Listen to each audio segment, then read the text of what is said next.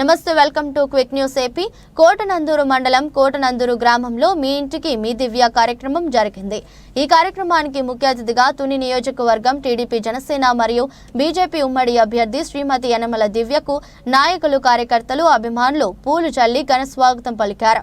ప్రతి ఇంటికి వెళ్లి వారి సమస్యలు అడిగి తెలుసుకున్నారు.